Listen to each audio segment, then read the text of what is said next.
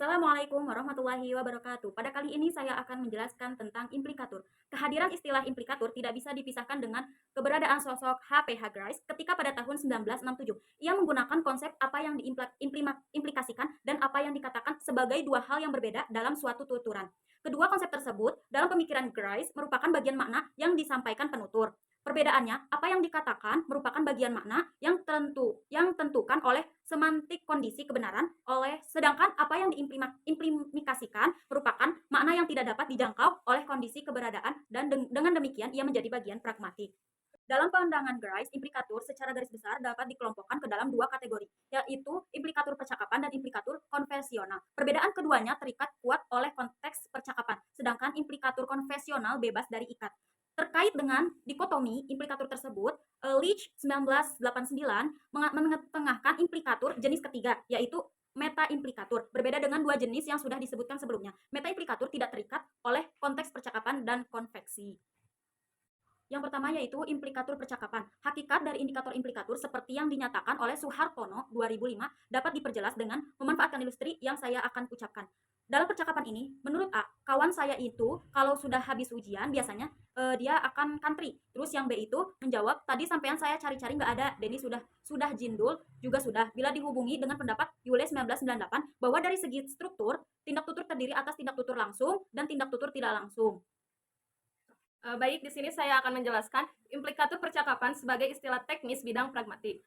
Implikatur percakapan sebagai istilah teknis bidang pragmatik seperti yang disinggung sekilas di bagian depan. Kali pertama digunakan oleh H.P. Grice dalam sebuah perkuliahan pada 1967. Penggunaannya dari waktu ke waktu terus meluas hingga kemudian menjadi entry terendiri dalam berbagai cabang ilmu, khususnya analisis wacana dan pragmatik.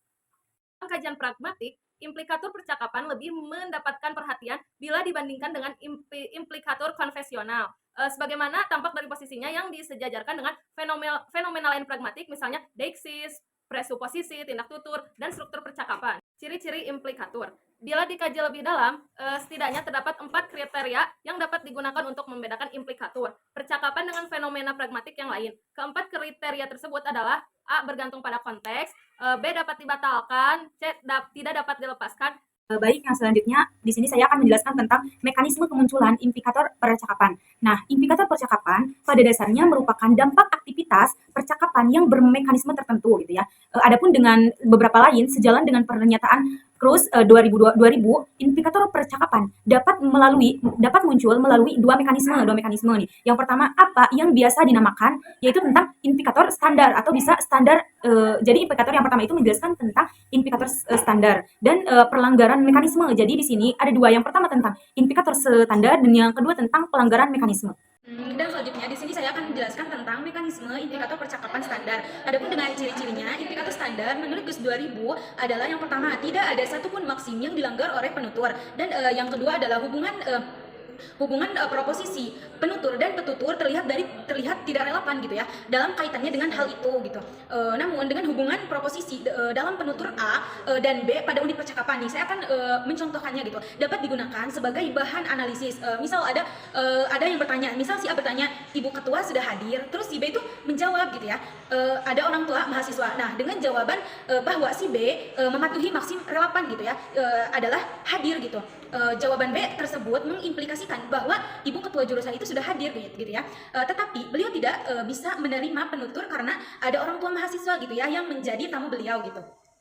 Adapun yang selanjutnya di sini saya akan menjelaskan tentang mekanisme pelanggaran maksim. Nah, bila dalam mekanisme implikator standar yang sudah tadi saya jelaskan tidak terdapat maksim yang dilanggar gitu ya, tetapi mekanisme pelanggaran maksim ini bersifat sebaliknya gitu ya, bersifat sebaliknya dengan mekanisme implikator standar gitu ya. Adapun dengan ciri-ciri mekanisme itu, yang pertama itu pelanggaran maksim sebagai berikut ya. Misal A, penutur mengidentifikasikan bahwa penutur melanggar minimal satu maksim gitu ya. Terus yang B, penutur menyadari bahwa penutur berharap petutur menyadari terjadinya pelanggaran maksim gitu ya. Terus dan yang terakhir yaitu C, tentang ciri-cirinya mekanisme itu tidak ada tanda yang terlihat jelas bahwa penutur tidak